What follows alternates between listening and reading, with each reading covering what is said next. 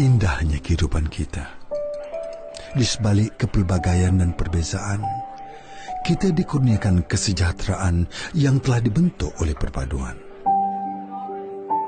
Perpaduan adalah kekuatan kita. Perpaduan wujud kerana persefahaman yang tulus dan ikhlas. Hanya masa yang dapat membentuk persefahaman ini, dan kita telah melaluinya bersama. Ini haruslah ditanamkan kepada generasi masa hadapan. Jangan kusutkan tali persefahaman dan perpaduan yang erat ini. Ini adalah keunikan negara kita. Ini adalah contoh terbaik negara kita. Ini adalah kehidupan di Malaysia yang aman, maju dan progresif. Persefahaman untuk perpaduan adalah pilihan yang terbaik. Bismillahirrahmanirrahim. Assalamualaikum warahmatullahi wabarakatuh. Dan selamat sejahtera saya ucapkan kepada Dr. Rosfazilah binti Abdul Rahman selaku pensyarah bagi mata pelajaran penghayatan etika dan peradaban.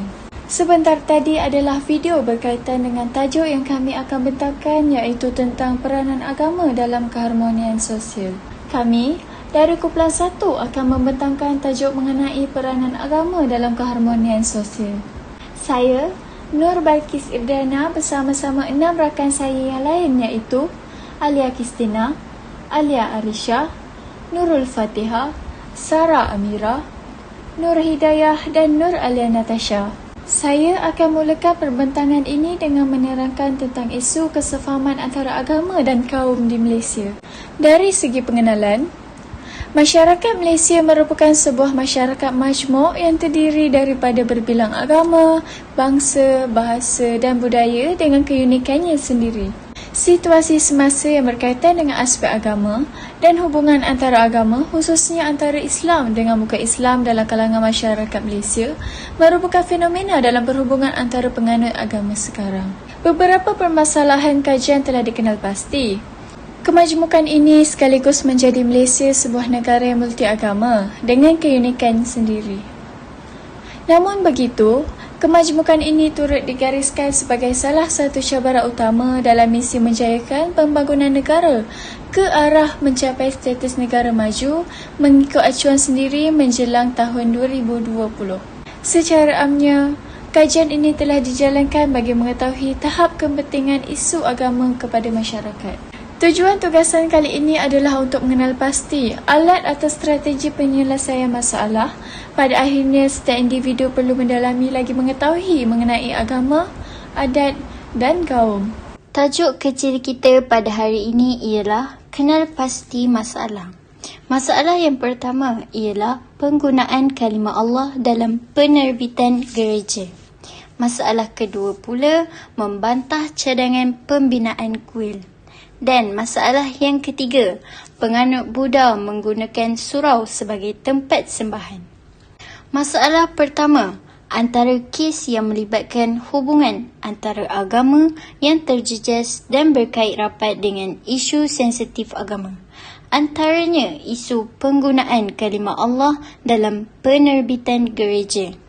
Pada tanggal 16 Februari 2009, Ketua Paderi Roman Katolik Kuala Lumpur, Tan Sri Murphy Daklam memfailkan semakan kehakiman berhubung penggunaan kalimah Allah dalam penerbitan gereja itu, serta menamakan kementerian dalam negara dan kerajaan sebagai responden. Seterusnya, masalah kedua iaitu masalah yang berkaitan dengan pembinaan kuil Hindu di Seksyen 23 Shah Alam yang menimbulkan kemarahan penduduk Melayu Islam.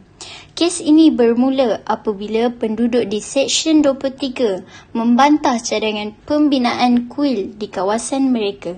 Hal ini telah menimbulkan kemarahan penganut agama Hindu yang menyebabkan mereka terasa terhina dengan tindakan tersebut. Akhir sekali, masalah ketiga adalah masalah Malaysia yang berdepan dengan isu penganut Buddha menggunakan surau di sebuah resort di Sedili Besar Kota Tinggi untuk bermeditasi. Hal ini menjadi isu apabila pihak resort tidak menghalang daripada upacara tersebut. Akan tetapi, Ketua Sami Buddha Malaysia, Datuk K. Sri Dhammaratana Nayaki sudah memohon maaf kepada umat Islam di atas insiden tersebut. Tajuk kecil seterusnya adalah alat penyelesaian masalah. Terdapat 6 alat penyelesaian masalah iaitu pembinaan persefahaman, penghindaran provokasi, penyaluran kebajikan sosial, pelunasan keadilan, penyuburan toleransi dan pelarasan medium komunikasi. Seterusnya adalah penyelesaian masalah. Terdapat 3 penyelesaian masalah iaitu muhasabah diri, menjauhi provokasi dan sentiasa bertoleransi. Yang pertama, muhasabah diri. Mereka hendaklah muhasabah diri agar lebih tenang dan tidak terburu-buru dalam melakukan sesuatu tindakan yang akhirnya akan merugikan hubungan mereka. Yang kedua, menjauhi provokasi. Sikap provokasi memberi makna perbuatan atau perkataan yang membangkitkan kemarahan. Dalam konteks kehidupan bermasyarakat, provokasi boleh diistilahkan sebagai sebarang perbuatan atau kata-kata yang boleh menyebabkan kemarahan sesuatu kelompok, sama ada sesuatu kaum atau sesuatu agama. Yang ketiga, sentiasa bertoleransi. Memahami agama lain daripada pelbagai aspek. Imam Ibn Katsir berpendapat bahawa kita perlu membiarkan tindakan mereka dan memaafkan mereka kerana Allah akan memelihara kita daripada usikan mereka. Memaafkan tindakan mereka ini bukan bermakna kita redha dan berdiam diri, namun Islam lebih menganjurkan kaedah yang lebih tenang dan bertoleransi. Kita sudah hampir ke penghujung video pembentangan. Oleh demikian, izinkan saya mengulas serba sedikit dan membuat kesimpulan tentang topik kita pada hari ini. Yang pertama, membina perpaduan yang utuh melalui pelaksanaan aktiviti seperti gotong royong. Seterusnya, kita hendaklah saling memahami antara kaum supaya tidak berlaku sebarang pertelingkahan atau penghinaan kerana ia boleh merosakkan hubungan silaturahim antara satu sama lain. Selain itu, kita juga boleh meraikan dan menghargai sesama sendiri dengan menganjurkan majlis rumah terbuka kerana di Malaysia terdiri daripada pelbagai kaum.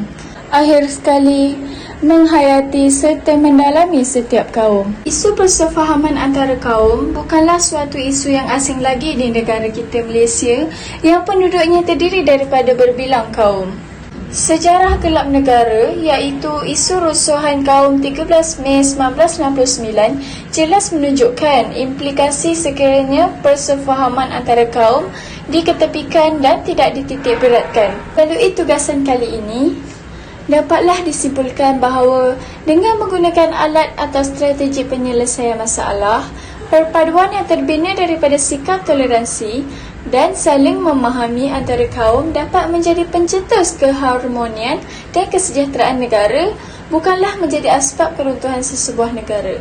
Di akhir tugasan, diharapkan semua masyarakat Malaysia dari semua lapisan umur mempunyai penghayatan yang mendalam terhadap kepentingan mewujudkan persefahaman antara kaum agar dapat melahirkan generasi yang sentiasa menghargai dan meraihkan perbezaan budaya antara kaum serta menghormati adat kaum lain. Sekian, terima kasih.